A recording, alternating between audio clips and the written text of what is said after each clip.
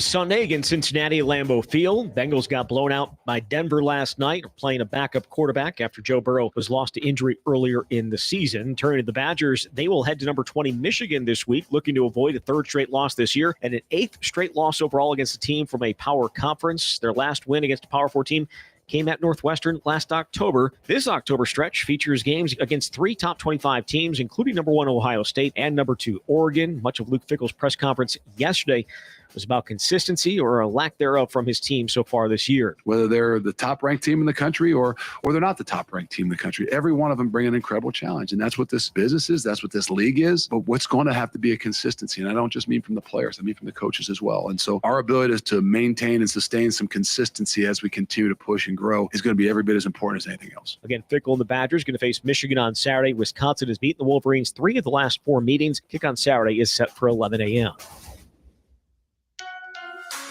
Rural Mutual Insurance, keeping Wisconsin strong. When a company only does business in Wisconsin, that's Wisconsin Strong. Rural Mutual provides all lines of insurance, including commercial, farm, home, and auto. And your premiums stay right here to keep Wisconsin strong. Local agents, local underwriters, local claims adjusters. Rural Mutual Insurance, keeping Wisconsin strong. Well, the Brewers' eyes are on Chicago as the Cubs and Padres get their wild card series underway today. Milwaukee will get the winner of the best-of-3 series in the NLDS beginning on Saturday. Meanwhile, the Wisconsin basketball team announced yesterday that Kirk Penny had left the staff after 2 years to return to New Zealand to be with his family, while former star guard Brad Davis is returning to replace him. With this Wisconsin Sports Zone Network update, I'm Zach Heil. Disappointing, too many critical mistakes that led to that time. Give Dallas credit. They did a great job offensively, moving the ball down the field. There's a lot of things that we all have to clean up, starting with myself. This is where Wisconsin gathers to talk sports. Packers, Brewers, Badgers, Bucks. The Wisco Sports Show is on the air. Now, here's your host, Grant Bills. That's Matt LaFleur from after the game on Sunday. First hour of the show is a replay. My apologies. I had an appointment, and you maybe are aware of this, maybe you aren't. I don't know how many appointments you go to in your life, doctors, dentists, things. I don't know why, but you can't make an appointment before work. It's not something you can do. Now, dentists, I feel like dentists accommodate, or some dentists do. It's been a while since I've been to the dentist. Yeah, whatever. I hate myself. I am more critical of myself than anybody else. So judge me. It's been a while since I've been to the dentist, but I feel like you can do a dentist appointment like really early in the morning. I just hate being on the phone where it's like, all right, how does 2:00 work? It's like, no, that's in the middle of my work day. Do you have anything at like 7 a.m.? And they're like, okay, sorry. Stupid question. Before or after work? Obviously, that's not going to work. So it was like, well, we could do 3:30 on Tuesday, or we could do 11 a.m. 4 weeks from now. I was like, okay, Jesus, I'll just run a replay the first hour of my show and I'll get it. So it's done. So sorry. First hour is a replay. Now we are live. Mike Clemens is going to join us at 5:35. The live stream is up and running. I will take your phone calls at 608-321-1670. Tuesdays on the Wisco Sports Show, sponsored by In on the River in Trempolo. And this is the time of year to get there. I mean, there's never a bad time of year to be along the Mississippi River, across from those scenic bluffs, and its position right around the corner from Sullivan's Supper Club and the Trempolo Hotel. So many great shopping and dining options. It's beautiful. It's scenic. It's serene. You're not in the heart of some loud city. The marina is a block or two away if you want to bring the boat for some fall fishing or just to cruise the river. And then Perot State Park. Enjoy the scenery, or Trempolo Mountain Golf, or El Maro Vineyard, or there's a bunch of orchards in the area as well. So there's plenty to do. So book your room for a weekend on the beautiful western side of the state, inontheriverwi.com. Their phone number is 608-534-7784. And they have a Facebook page as well, In on the River Trempolo. And they'll post things, you know, if they have availability or there's something going on in town. So that's a good resource as well. I want to begin with Matt LaFleur's presser, which took place earlier this afternoon. And I've found with Matt LaFleur, and this is true of most coaches and most players, the postgame presser is really not all that worthwhile. You're typically not going to get detailed explanations. You're typically not going to get the goods right after a game because, well, the coach hasn't had a chance to watch film yet. They're all riled up. They're all fired up, right? So the day after, or in this case, because it's the bye week, we're now hearing from Matt LaFleur 2 days after, had a little bit more time to sit, had a chance to watch the film. You're probably going to get better information and better details. So what I did earlier today before I left I had to jet out for an hour this afternoon. I cut the 3 or so minutes where Matt LaFleur is explaining what happened at the end of the game. So that's where I want to begin. I want to, and we'll pause this as we go through, but I'm just going to press play and I'll jump in if I have thoughts. And then as the show continues, if you have things that you want to add again, I'll take your calls. But this is Matt LaFleur, and we're just going to roll it and jump in when we see fit. This is Matt LaFleur explaining what can only really be described as a debacle at the end of the game. You got the ball with a chance to win with 4:40 left and a timeout. That's a lot of time. You were inside the Dallas 15-yard line with 30 seconds left and a timeout. And as I kept hammering yesterday, you didn't even really get one honest-to-goodness shot at the end zone. I know they threw it into the end zone, but that was a prayer mixed into chaos, mixed into a catastrophe. So Matt LaFleur's got to explain this, and he was asked multiple questions. Here is, you can hear him start by the thought process about throwing some of those screens behind the line of scrimmage and then some follow-up questions. So here's Matt LaFleur. So where I've got to be better is to just tell Jordan, hey, it's either there or throw it away.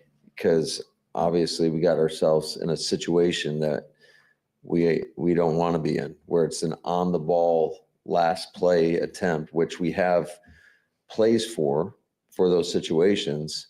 It's just we didn't execute the play that we have for the situation because we hadn't, in my opinion, we haven't put our players through that enough times where it's just automatic. So it's unfortunate. It's a tough learning lesson for us, but it's one of those things that you can't just practice every once in a while. That needs to be a part of practice every week if you want our guys, because in those critical situations, you got to be flawless. I mean, we went to what we call, it was an on-the-ball ozone situation, which don't come up very often. But when they come up, they matter because it's the most critical point of the game. And to not execute that in that situation, that was tough to watch. Well, it was tough to yeah, it was. By the way, thank you for saying that. Imagine how hard it was to watch when you're not involved and you're just witnessing on the TV. I mean, Matt LaFleur, you're not really watching. You're supposed to be conducting the thing and leading the thing. So the fact that it was tough to watch, well, I would imagine so. When he said, look, it's on me, I got to make it clear to Jordan that ball is either going end zone or it's thrown away or it's out of bounds, right? Like a check down is not acceptable. And while I agree, and I want Matt LaFleur in his ear reminding him of that, that is something Jordan Love should know. I know that it's been open fire on Matt LaFleur these last 2 weeks, and because Jordan Love played really well and racked up numbers, and again, to his credit, led, I think, 4 separate go-ahead or game-tying drives between the fourth quarter and overtime, Jordan Love, in the biggest of big pictures, did his job and played more than well enough to win that game. Whereas a week ago in Cleveland, he threw that bad pick, right? It was a little bit easier to blame him a week ago. I know a lot of people are really coming at Matt LaFleur this week and not so much at Jordan Love. I want to continue to reiterate on this show that Jordan Love needs to wear at least 30%. I would even argue 40%. Like, he needs to wear slightly less than 50% of the blame for that sequence. And I know I want Matt LaFleur in his ear reminding him of that. And I want Matt LaFleur calling plays to reflect the situation. But Jordan Love's got to realize that too. Like, it's year number 3 for him. He's making a mountain of money, which I don't even harp on that often because that's the price of having a quarterback that's even somewhat viable in the NFL. You reset the market because that's what, I mean, Jaylen Brown's a top paid player in the NBA, or once upon a time he was. Like that. That's how it works. That's how professional sports works. I don't really like it. It's kind of lame, but that's how it works. So I don't get bent out of shape. But Jordan Love's in year 3. He's making a lot of money. He's a big boy. Now, another thing, Matt LaFleur talked about, well, it's not something that we practice a whole lot because it's so rare. A point of frustration that I'm having listening to Matt LaFleur talk about this is it seems to him, or it seems in the commentary of players that were involved, Packers players, that, well, I've never been in a situation like that. I've never overtime for a tie or for a win. I've never been. I understand that, but it's really not that different from any other 2-minute situation, right? Like, oh, you've never been in a situation or you've never practiced a situation where the clock is running down and you need to hurry and you need to run specific play calls, situational play calls. You don't practice that enough. What are you doing in practice? God knows that most of these practices are walkthroughs in the Big 2025. Is this not the perfect type of situation to walk through? I've never played competitive football ever, other than like intramural in college, which I want credit for that, but it doesn't apply to what we're talking about, right? I did play basketball through middle school, which hardly applies to this, but I think I can say this. It felt like a big part of basketball practice when you're not doing conditioning or when you're not doing ball handling, when you're working situational stuff and you're walking through situational stuff, it's all right. There's 16 seconds left in the game. We're down 1. They have the ball. And you're acting that situation. You're walking through that situation. I don't understand how this is any different. And I realize that overtime is unique. The situation is not. There's a limited amount of time. You have one timeout, and your play calls and urgency need to reflect that. And I don't care if that's at the end of the first half or the end of the fourth quarter or the end of overtime. Like the meat and bones of situational football remain the same. So I don't really like hearing that. Let's listen to a little bit more. All right, so it's your fault for not telling Jordan to throw the ball away if it's not there, and he throws the check down, and that puts you in that situation. Once that has happened, what are the guys supposed to do? Because from the outside looking in, it didn't look like there was the urgency that was required. Which the urgency that was required didn't happen previous to that as well, which gets into the process of we ran a play out of the 2-minute and then we huddled up and we called a play. We thought they were going to be in cover 2. They played man coverage. We hit Rome on a slant. And at that point is when, in my mind, it's 2-minute. We operated out of a different 2-minute formation. So I would say this, where we have to clear out the communication is when we're not in 2-minute mode and then you jump into 2-minute mode, everybody on the field has to know that. Okay.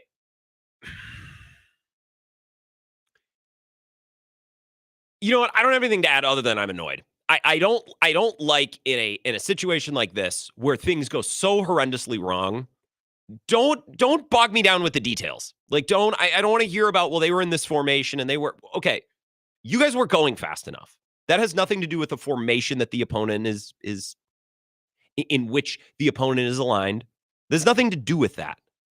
Well, we were in 2-minute, but before we were more in just kind of a hurry up. Okay.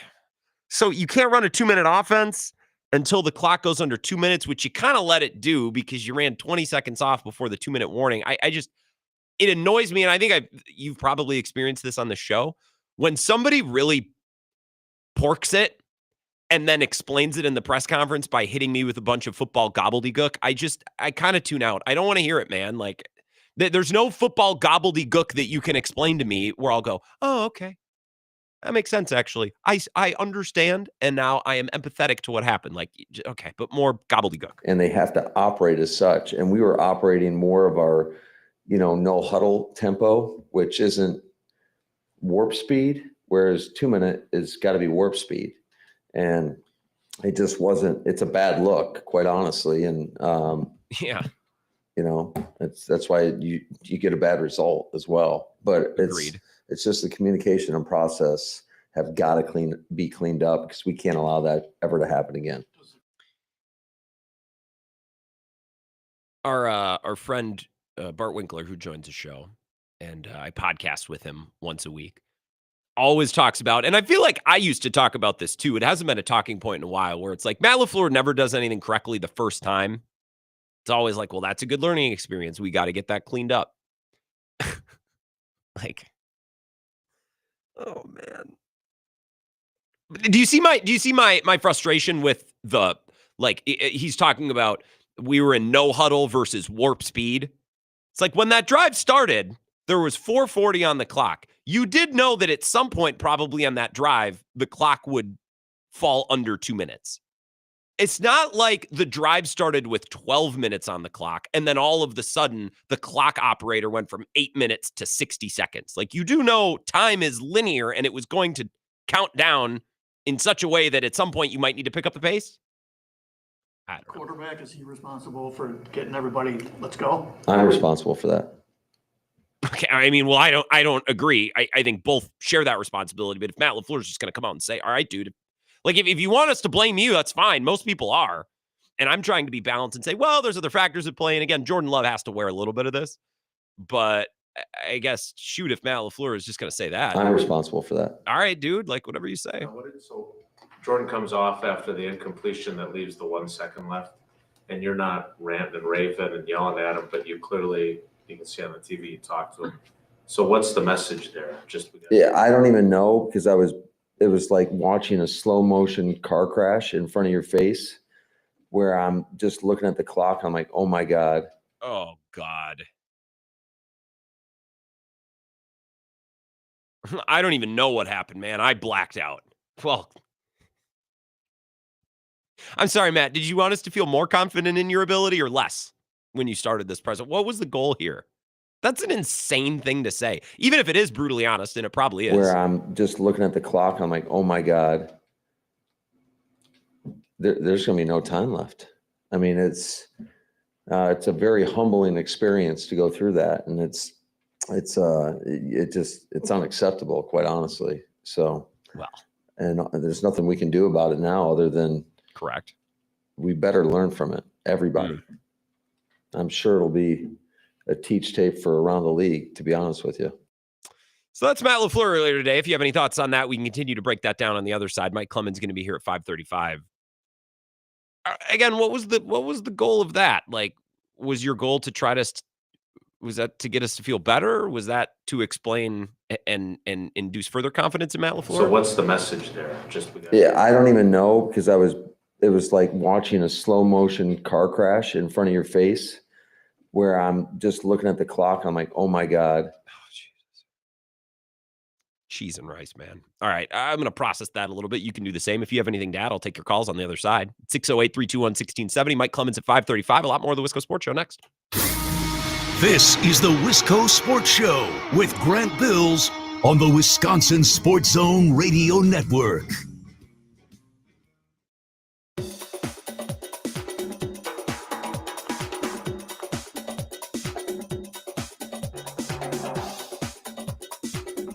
The Wisco Sports Show will resume in 3 minutes.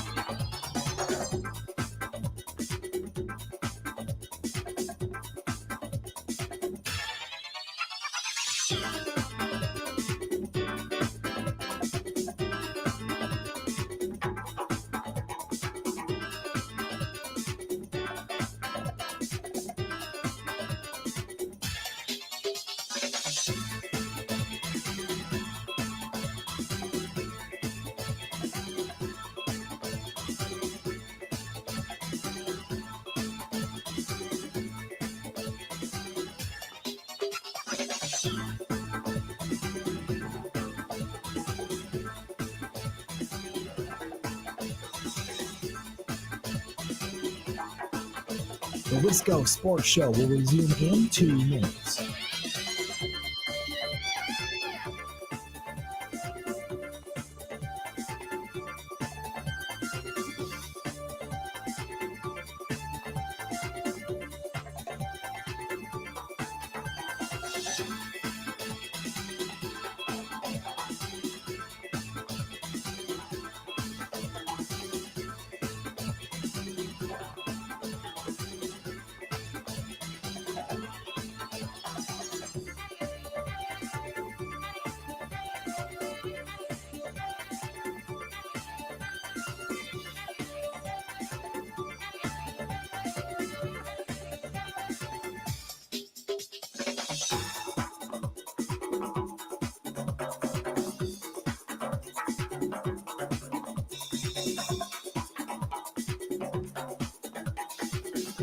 The Wisco Sports Show will resume in 1 minute.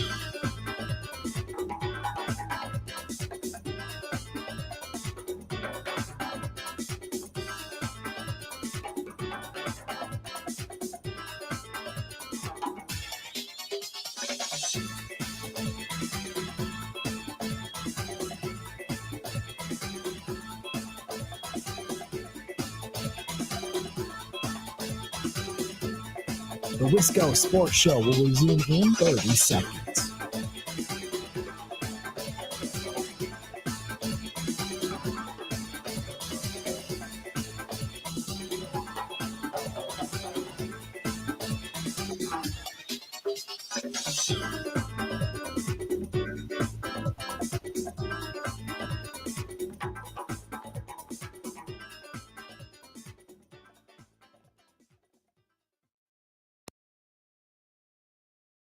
Jordan comes off after the incompletion that leaves the 1 second left, and you're not ranting and raving and yelling at him, but you can see on the TV, you talk to him. So what's the message there?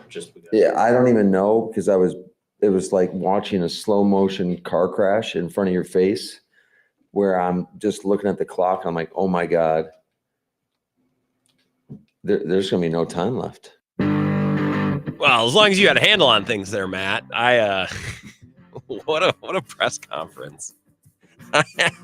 Man, I don't know what I was looking to get out of that press conference. I guess I thought, well, maybe they had a plan and they executed it poorly. I don't think they had a plan at all. And again, I ask, and I brought this up on Bill's show earlier today.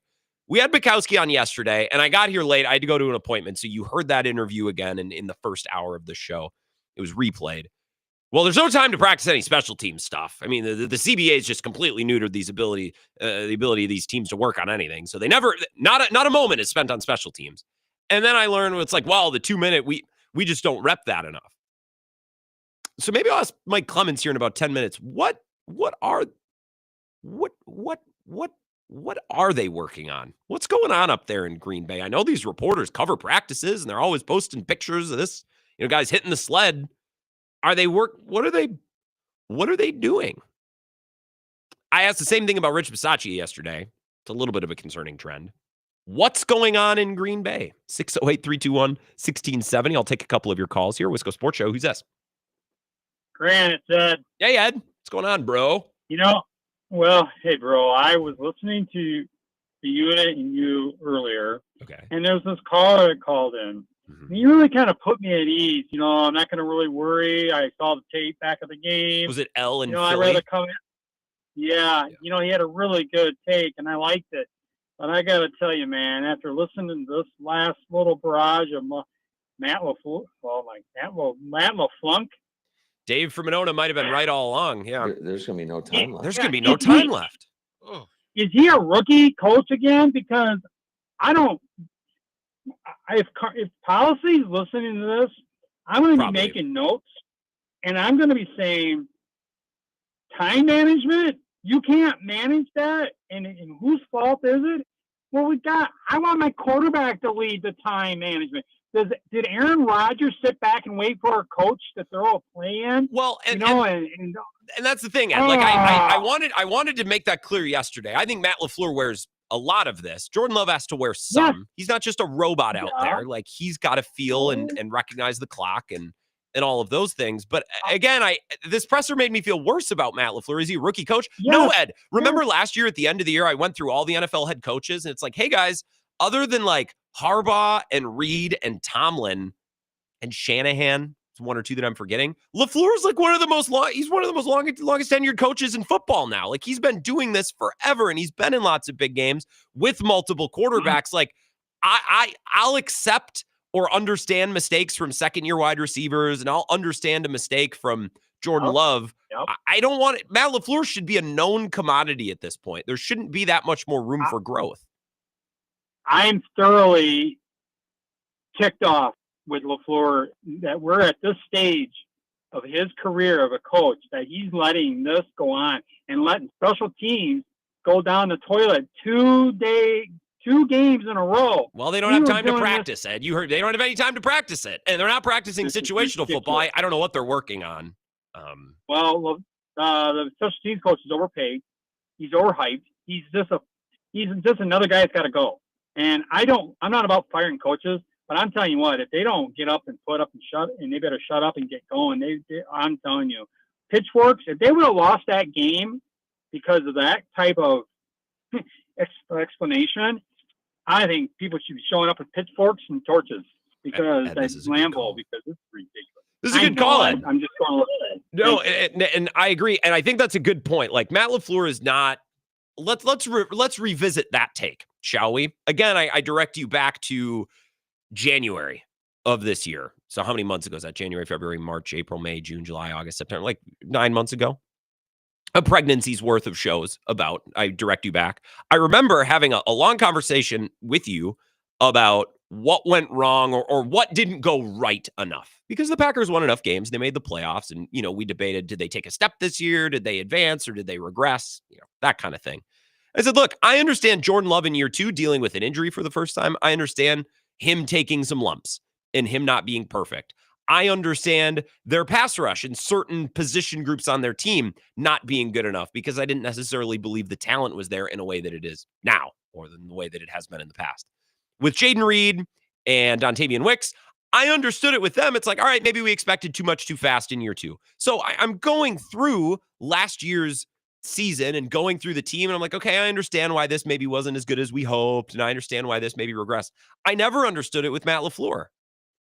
He's a guy, again, just off the top of my head, there's Andy Reid, John Harbaugh, Kyle Shanahan, but not by much, McVay, but not by much, Tomlin, and there's probably 1 or 2 that I'm missing. But my point is, other than 4, 5, 6 guys, Matt LaFleur is one of the longest tenured coaches in football. These coaches, these guys don't stay at places for 10, 15 years. It's very rare.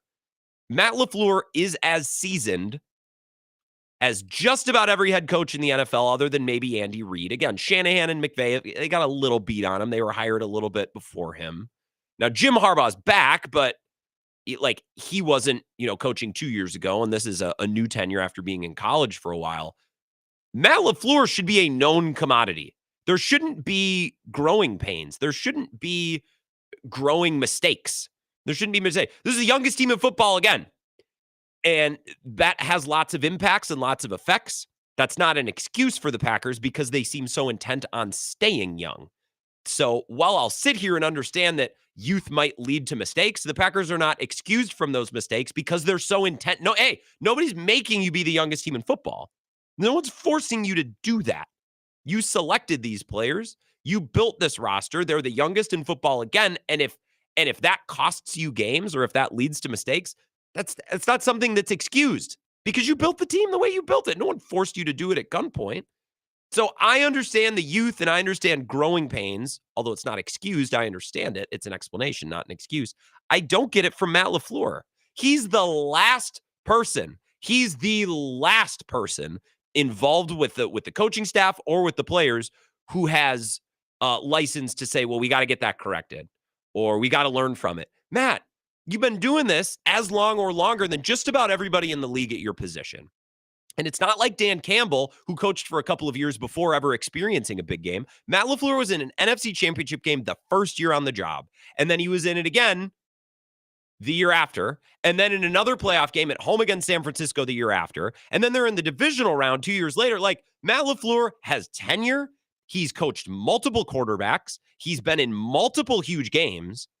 Like, I understand growing pains from lots of different parts of this team. I don't understand it at all with Matt LaFleur, and it's certainly not excusable. And commentary like this, I'm like, Matt, this ain't your first batch of pickles, dude. Yeah, I don't even know, because it was like watching a slow motion car crash in front of your face, where I'm just looking at the clock. I'm like, oh my God, there's going to be no time left. I understand a rookie getting caught up in a situation where, well, it happened so fast. And all right, it's not ideal, but again, I understand it. I understand last year why maybe the pass rush wasn't up to snuff, or I understand 2 years ago why the defense maybe wasn't there. They were starting Rudy Ford at safety, right? Like, I've understood plenty of shortcomings of this team over the years. Matt LaFleur in 2025 there should be no growing pains. There should be no need for development. Dude, you've been doing this. You're an old man as far as NFL head coaches go. And you've coached in a ton of big playoff games that have mostly all come down to the wire, with the exception of the first San Francisco game, which is mostly a blowout. Like, if Matt LaFleur hasn't put it together yet, and he hasn't got his arms around some of this stuff yet, then there's reason to believe that he never will, because he's been coached. He's an old man in NFL coaching years. Like, there's not 20-year coaches. There's not 30-year coaches. It's not how it works, unless he, coached for the Steelers. It's not how it works. So in year, whatever this is, 2019, 2020, 2021, 2022, 2023, 2024, this is year 7, right? That's an old man as an NFL head coach. And I just, man, I don't get it. If he doesn't get it and he doesn't have his arms around some of this stuff now, I just question when it's ever going to happen. And I think he's a very good coach, but these shortcomings show up in moments like this. And that's the stuff that costs you playoff games. Especially, it's what makes it almost impossible to win multiple playoff games in a row, which is what you need to do to ultimately win a championship. That's the standard. Is your defense good enough to win multiple playoff games in a row? Is your quarterback good enough to win multiple playoff games in a row? Or is your coach good enough? In the last 2 weeks, I would say no, the coach isn't good enough. More in the Dallas game. I didn't have too many qualms with how Matt LaFleur handled the Browns game, but we've moved on. Mike Clemens, let's move on to him. We'll take a quick break. We'll come back. Mike Clemens will join us thanks to the Bay Motel in Green Bay to wrap up what he saw in Dallas and then maybe to pick over some of the things that we've been talking about with Matt LaFleur.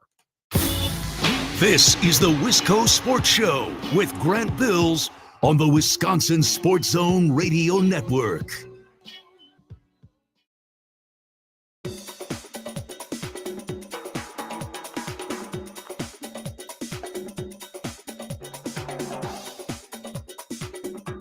The Wisco Sports Show will resume in 5 minutes.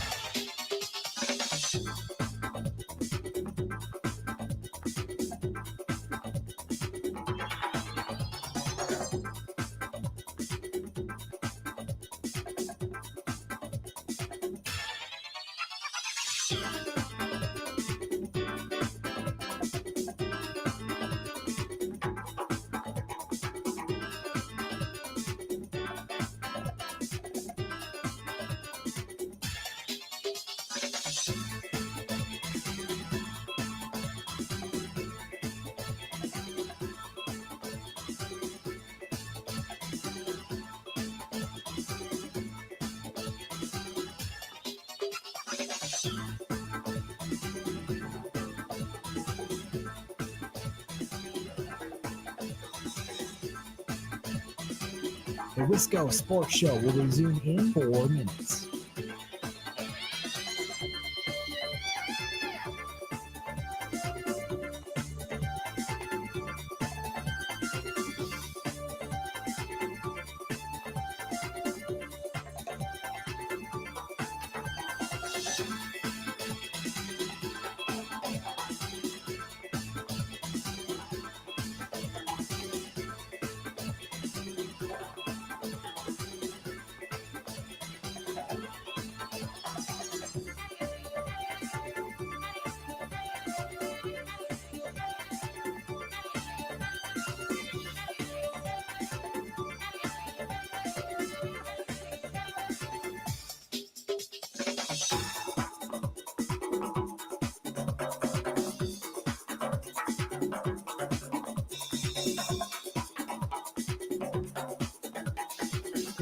The Wisco Sports Show will resume in 3 minutes.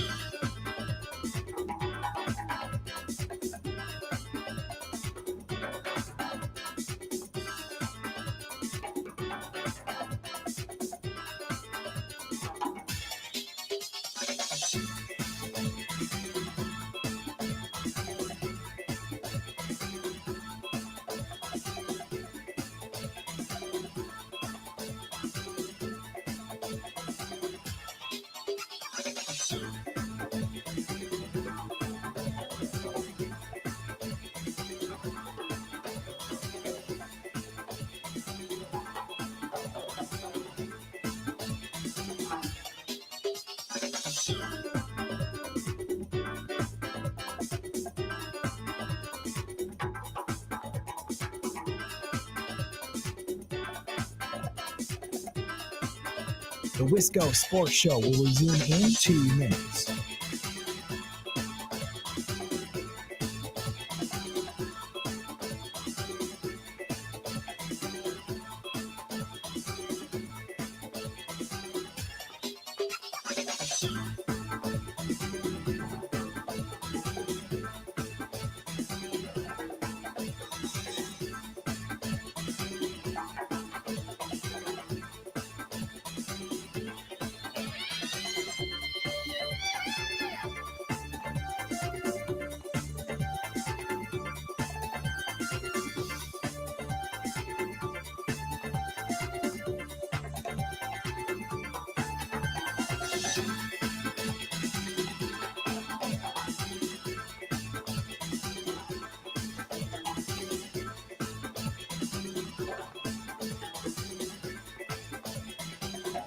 The Wisco Sports Show will resume in 1 minute.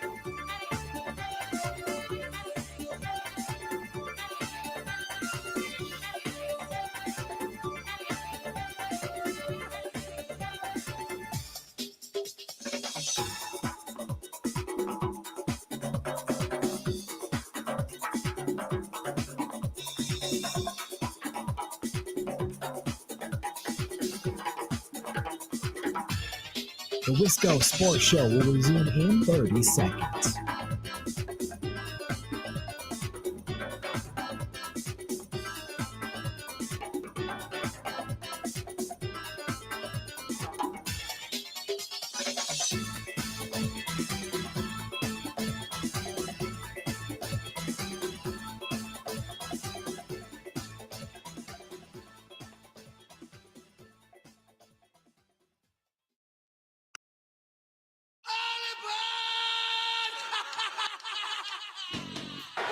Down to 7 seconds left. As Love takes the snap. The game right here. It's going to be quick. Love to the end zone. It is broken up with 1 second to go. That was poorly managed. Almost lost the game before they had a chance to tie it. McManus for the tie. 34. And this one is good. And this one ends in the second highest scoring tie game in NFL history. 40-40. A Mike Clemens joint there, a little bit of a compilation of the last couple plays and some of the comments from both Tirico and Collinsworth. We are efforting to get Mike Clemens. So Mike is en route back from Dallas, and I believe he has a layover in Detroit, which is what he texted me yesterday. And he called in, and then I couldn't talk with him. And then I texted him, and my text took like minutes to be actually delivered. And he was able to text me back and said, yeah, I got kind of crappy service. I only got, 2 or 3 bars. So I told Mike, hey, if it works out, just give us a call. I'll watch the little light to light up on the board, and I'll take your call. And if not, we'll be okay. We can connect later this week. The Matt LaFleur presser earlier today, I did want to get Mike's take on that and Mike's spin on that, but also we can continue to talk about it as well. Zach and Altoona, a couple of texts here at 608-321-1670. Zach and Altoona says, Matt LaFleur seemed to give a shocking amount of actual detail about how difficult that final OT sequence was and how difficult it was to manage. Not nearly as much coach speak from him as we typically get. I'm definitely not calling for him to get fired, but what do you think? He may have had a conversation with Ed Policy or something that has led him to believe his fate is already sealed? No. That's the second part of that. No. I was pretty shocked at how brutally honest he was. Here, let me play you that final exchange one more time. Like, this is, I don't know what to do with this. I don't know what to do with this. I don't know. Yeah, I don't even know, because it was like watching a slow motion car crash in front of your face, where I'm just looking at the clock. I'm like, oh my God, there's going to be no time left. Holy crap. There's going to be no time left. I believe Mike is efforting to call, and the service in the airport probably isn't great, but we'll give it a try. Mike Clemens here, courtesy of the Bay Motel. Mike, can you hear me? Is this going to work? I don't think it's going to work, Mike. Don't torture yourself, Mike. Go get an Auntie Anne's pretzel and enjoy some time in the airport. I'm just going to text him and tell him, not good enough connection. Go get a pretzel and enjoy the airport. The Detroit airport is pretty good. I don't want Mike to, I'm going to text him even when here on the air, because I don't want him stressing out over this. Like, he's got to travel. He's got a flight to catch. That Matt LaFleur comment is something else. And no, I don't think he feels the pressure of Ed Policy. I don't know. I don't think that's what's happening. I just think he had a really bad moment at the end of the game. And my frustration is, man, Matt LaFleur's an old man as an NFL head coach, like dog years, NFL head coach years. He's been a coach now for a long time. And in his, 6 or 7 years, he's experienced as much as you can possibly experience in 6 or 7 years. Multiple quarterbacks, a couple of NFC championship games, a couple of other playoff runs. Like, if the green light hasn't gone on, I don't think it's going to go on. So what's a man to do, I guess? I'm not suggesting they get rid of him. I just don't know. Bobby in Menominee says, who is LaFleur's mentor? He was on Mike Shanahan's staff, but you don't hear about them having a close relationship. Seems like he's missing something that other coaches have. Kind of like if you had a friend who had a single mom, where they're just missing something when it comes to doing something because it has to get done. A shot at people raised by single mothers. Bobby. I'm kidding, of course. Luke in the dirt roads. One more, and then I'll take a phone call. Time management is inexcusable. The head coach is the only guy on the sideline who can influence the clock, and he's also the play caller. He's got primary control over time flow with a caveat for quarterback discretion.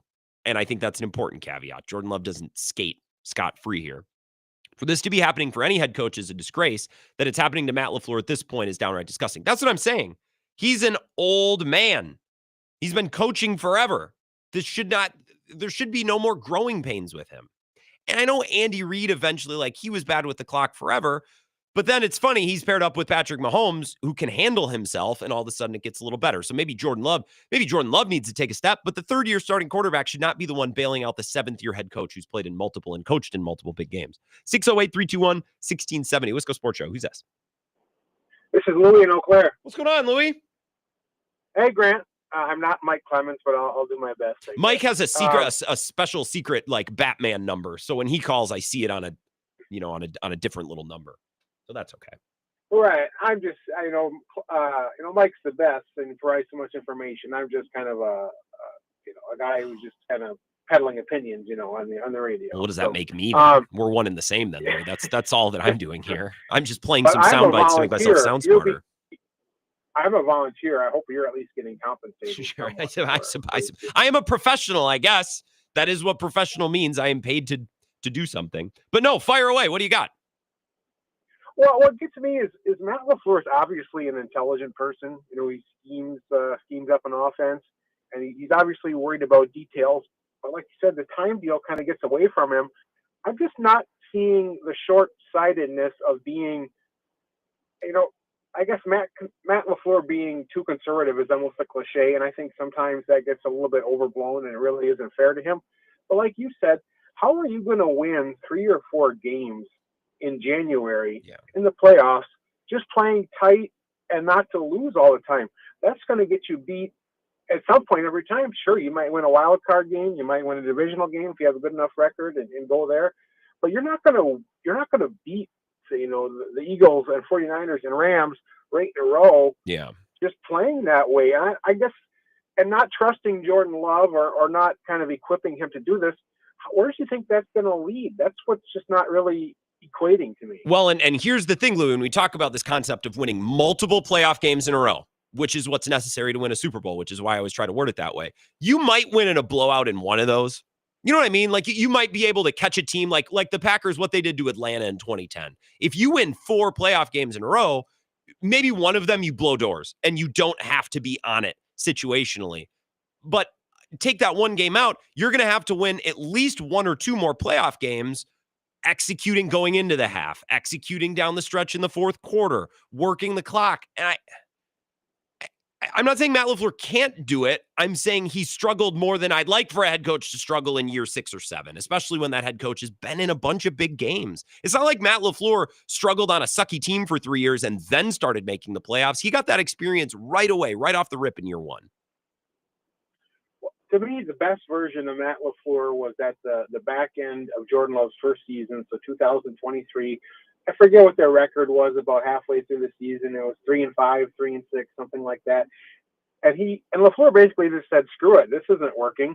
Let's open it up. Let's let the young quarterback rip it."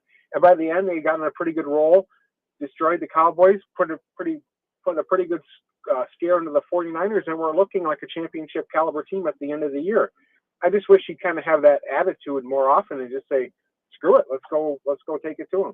I am not someone who thinks you need to go for every 4th down. Louie, I appreciate it. Thanks for the call. Thanks for listening up in Eau Claire. There are a lot of football nerds on the internet who just every punt and every field goal, oh, stupid, oh, dumb, oh, old-fashioned. I think there's plenty of circumstances where it's kind of a coin flip. And it's like, all right, if you kick it and you have a good reason why you're kicking it, I can understand. And if you go for it, and if you have a good reason why you're going for it, and you have conviction and believe that you're doing it for a purpose, for a reason, I can go with it. Matt LaFleur has really backed off 4th down aggressiveness. He's really backed off that. And that was something that I thought he was really good at early on in his career. Last year I got it a little bit. Jordan Love was hobbled, and I didn't really trust their wide receivers, and I didn't really trust the thing. Jordan Love was marching up and down the field. He led 4 tying or go-ahead drives between fourth quarter and overtime. Dallas's defense isn't any good. Like I don't understand why Matt LaFleur has gotten more conservative as the years have gone along. I feel like he's continuing to regress as a coach, which doesn't make any sense. I thought last year was maybe going to be an isolated incident, and I don't really hold too much against him for what happened in Cleveland last week. I hold a lot of this Dallas game against him with Jordan Love sharing and shouldering a bunch of that blame for just kind of letting the clock run down, wasting time, lollygagging up to the line. 608-321-1670. Wisco Sports Show. Who's this? Ridge Runner Mark, how are we doing, sir? I am excellent, Ridge Runner. How about you? Not too bad. I was thinking of a nuanced approach to the last 4 or 5 minutes of the game Sunday night.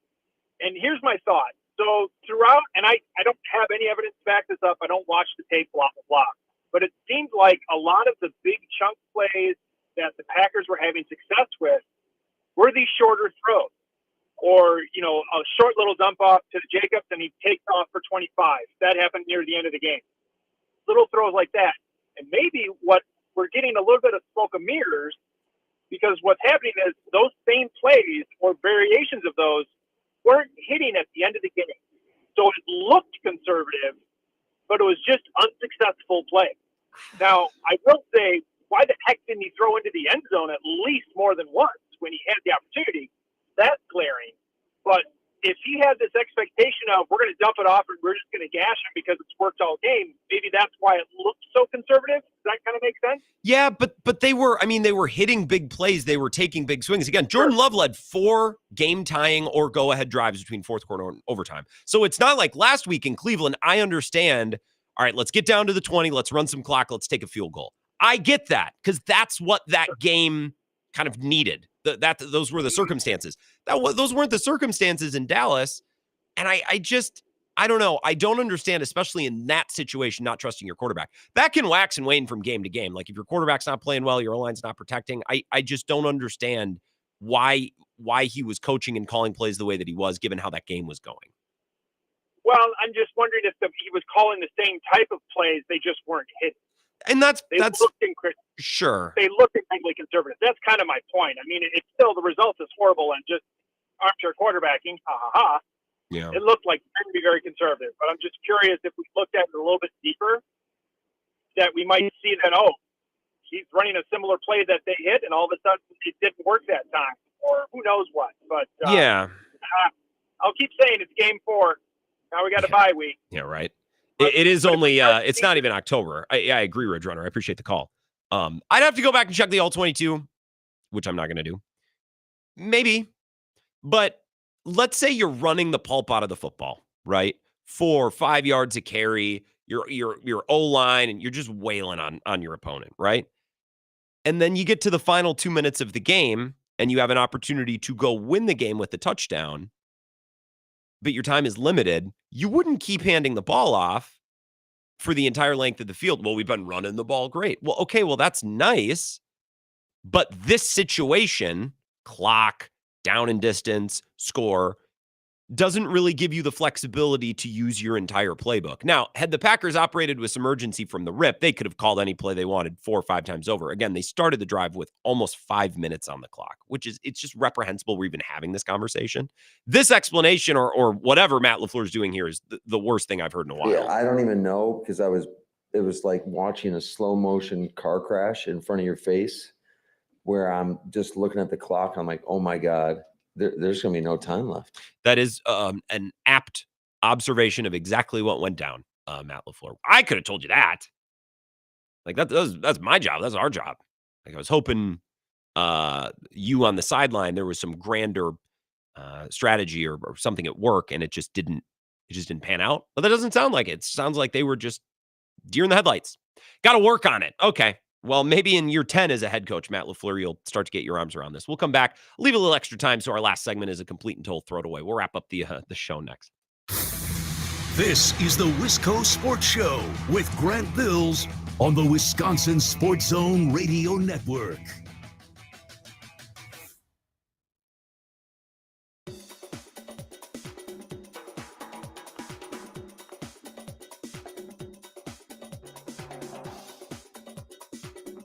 The Wisco Sports Show will resume in 3 minutes.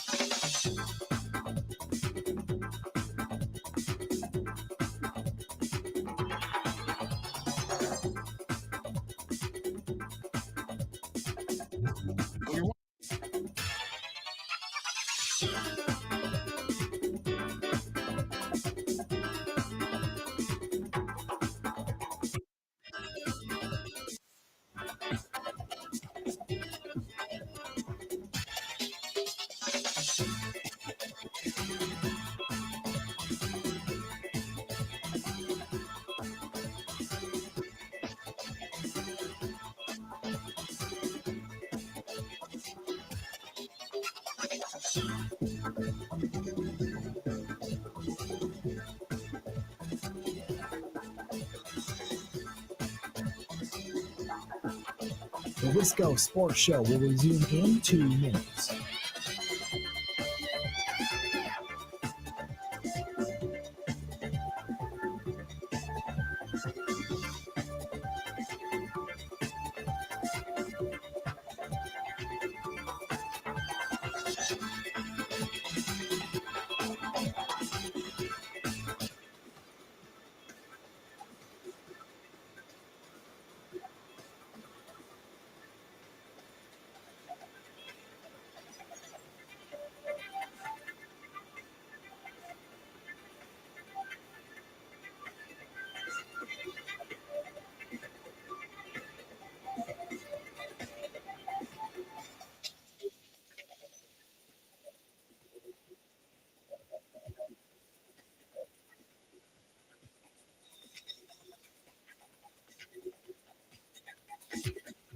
The Wisco Sports Show will resume in 1 minute.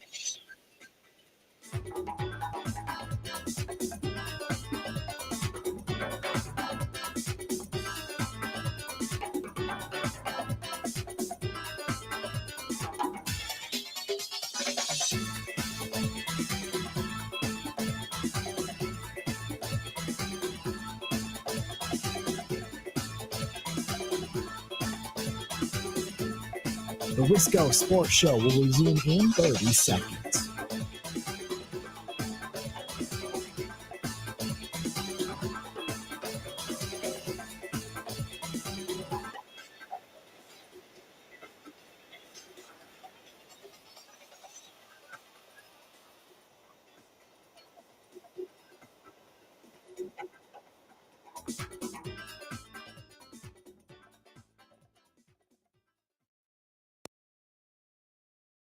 Is he responsible for getting everybody, let's go? I'm responsible for that. I'm responsible. No, I'm responsible. All right. It's funny. After the game on Sunday, I was taking a shower, getting ready for bed, and I'm trying to think, okay, everyone's going to be really angry. Everyone's upset, and everyone's going to blame Matt LaFleur. But I think this is me trying to be above the this is me trying to be an owner and not just a fan, and obviously a valued, credentialed, wise member of the media. I was thinking, well, everyone's gonna piss and kick and scream about Matt LaFleur, but I think Jordan Love should share some blame here too. I'm trying to be nuanced, and I'm trying to be, a little bit smarter, not too reactionary, right? And then I heard this in the post game, and then I heard it again today. I'm responsible. I'm responsible. It's like, oh, okay, dude, like, fine, we'll blame you. Lie. I don't know. Say something that's not that. I mean, look, you take responsibility for your team.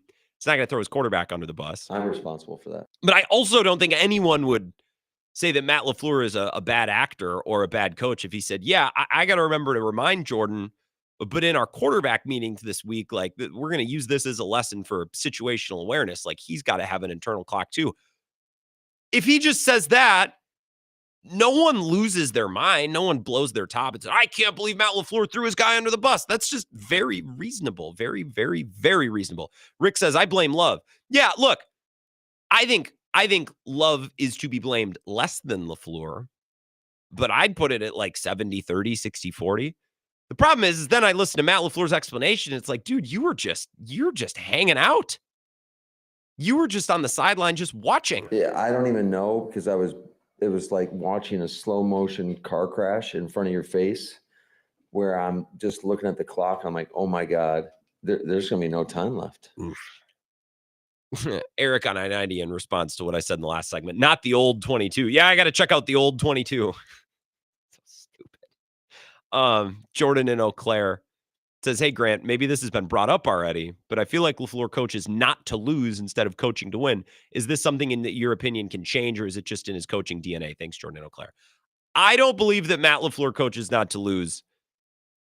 I think he's coaching to win. I think he did a very bad job of that on Sunday. I don't think Matt LaFleur began that drive thinking, well, I mostly want to make sure that we tie. And if we win, fine. But I really want to. I think Matt LaFleur began that drive as play caller and as head coach and clock manager with all the intention in the world to go get a touchdown and to win.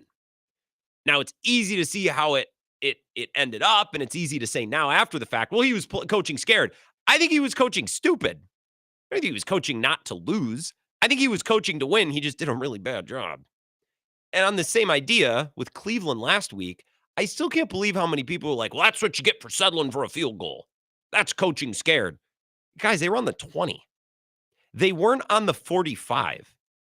They were looking at a game-winning field goal that was going to be 40 to 45 yards in a game that had been a sloppy, knockdown dragout with mistakes and with injuries. You have the opportunity to kick a 42-yard field goal to win as time expires. You take it.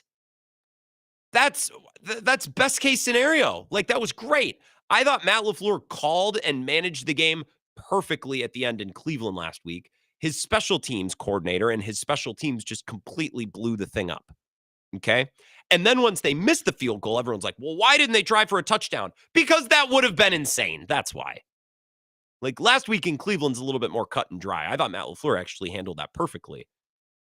On Sunday, again, I don't think Matt LaFleur was coaching not to lose. I think he was coaching to win. I think the problem was he did a horrible job.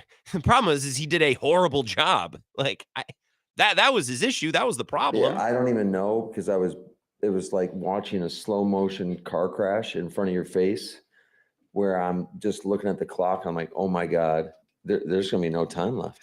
That's just a wild piece of audio. So no, I think when we say, well, he coaches not to lose, I think that's a little bit of a mischaracterization. I think there are coaches that punt more often than they should and don't take advantage of, 4 downs. And I think there are coaches that are more conservative. I think saying that any coach coaches not to lose is, I don't think that's accurate because you just can't survive in the NFL operating that way. It's too hard to win games in the NFL. So no, I don't think Matt LaFleur coaches not to lose. I think he was coaching to win when that drive started. The problem is he did a terrible job of it. Like that is my take at this hour on this topic. We'll connect with Mike Clemens later in the week. He's at the Detroit airport, which is a great airport. Just the signal wasn't quite good enough. So we'll connect with Mike later in the week. No big deal at all. Sorry about the shorter show tonight. I had to go to an appointment and, God forbid any place does appointments at 7 a.m. before work or 7 p.m. after work. It's like, no, you can come in at 3. Oh, sure. Yeah, I'm free. Can you do 3? Yeah, of course. I don't know. Tuesday at 3. Why wouldn't I be able to do that? Of course. Yeah. Yeah. I'll even have time to get coffee on the way there. Of course I'm free. So I'll put the podcast up. Appreciate you dealing with a little bit of a replay, but hopefully some of you maybe heard that stuff for the first time and heard Bukowski for the first time. It was a good interview. Very instructive and informational. We'll pick this up tomorrow. Appreciate you all listening. Thank you very much.